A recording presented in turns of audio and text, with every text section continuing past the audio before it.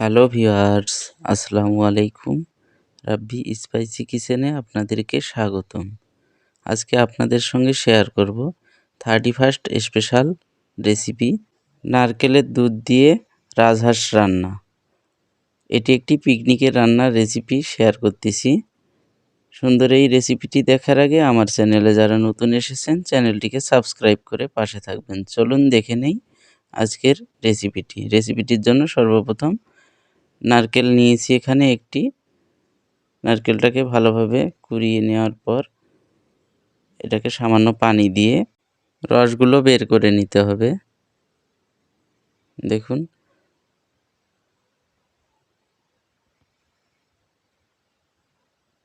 রসগুলো বের করে নিয়েছি। এগুলোকে একটি বাটির মধ্যে উঠিয়ে নিয়েছি। এরপরে হাতের কাছে সমস্ত গোটা মশলাগুলোকে নিয়েছি পেঁয়াজ এবং বাটা মশলাগুলো। প্রত্যেকটি উপকরণ দেওয়ার সময় নাম ও পরিমাণগুলো বলে দিব। মাটির চুলায় যেহেতু রান্না হবে, এখানে পাতিল উঠিয়ে দিয়েছি। দেওয়ার পর সরিষার তেল দিয়ে দিলাম এখানে 250 গ্রাম পরিমাণ। হাঁস রান্নার জন্য আমি সরিষার তেলটি ইউজ করেছি। আপনারা চাইলে সয়াবিন তেল দিয়েও রান্নাটি করতে পারেন। তেলটি গরম হয়ে আসলে এতে দিয়ে দিচ্ছি 250 গ্রাম পেঁয়াজ কুচি করে রেখেছিলাম। পেঁয়াজটাকে অ্যাড করে দিয়ে একটু নেড়ে চেড়ে নিচ্ছি। এরপরে এর মধ্যে গোটা মশলাগুলোকে অ্যাড করে দিব। দেখুন, সর্বপ্রথম দিয়ে দিচ্ছি কালো এলাচ 4 পিস এবং সাদা এলাচ 8 পিস।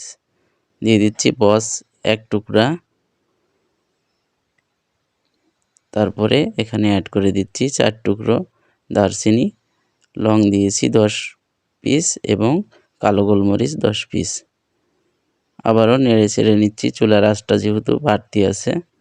এরপরে এখানে অ্যাড করে দিচ্ছি তেজপাতা। 5টি তেজপাতা দিয়ে দিলাম এবং 8টি শুকনো মরিচ নিয়েছি। শুকনো মরিচগুলোকে অ্যাড করে দিলাম। এরপরে দিয়ে দিচ্ছি বাটা মশলাগুলো। এখানে দিয়ে দিলাম আদা বাটা 2 টেবিল চামচ, দিয়ে দিচ্ছি জিরা বাটা 2 টেবিল চামচ এবং রসুন বাটা 2 টেবিল চামচ। প্রত্যেক বাটা মশলায় আমি 2 টেবিল চামচ করে অ্যাড করে দিলাম।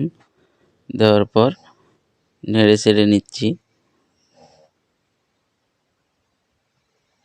একে একে সমস্ত মশলাগুলোকে আমি অ্যাড করব। না টেনে পুরো ভিডিওটি দেখতে থাকুন।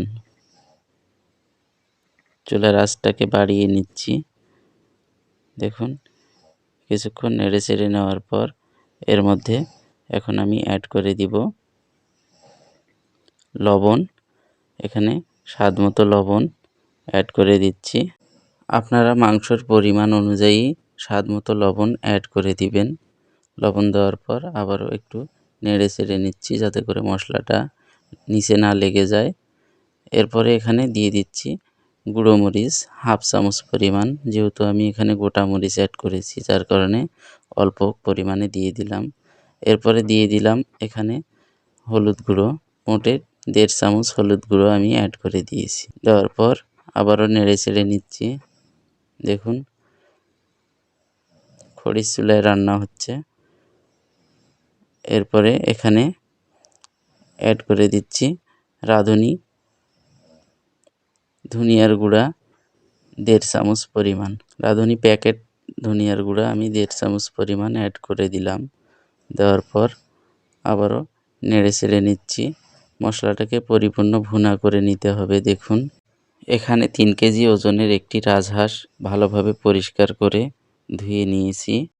মশলাটা পরিপূর্ণ ভুনা হয়ে গেলে মাংসগুলো মশলার সঙ্গে অ্যাড করে দিব। দেখুন, পরিপূর্ণ ভুনা হয়ে গেছে। এখন মশলার সঙ্গে রাজহাঁসের মাংসগুলো অ্যাড করে দিই। এটি যেহেতু পিকনিকের রান্না, বাসার ছাদে হচ্ছে, মাটির চুলার মধ্যে। আর এমনিতেও মাটির চুলার রান্না অনেক টেস্টি ও সুস্বাদু হয়ে থাকে। দেখুন, মাংসগুলো দেওয়া হয়ে গেলে ভালোভাবে মশলার সঙ্গে কষিয়ে নিতে হবে। একটু লং টাইম ধরে মাংসগুলোকে কষিয়ে নিতে হবে।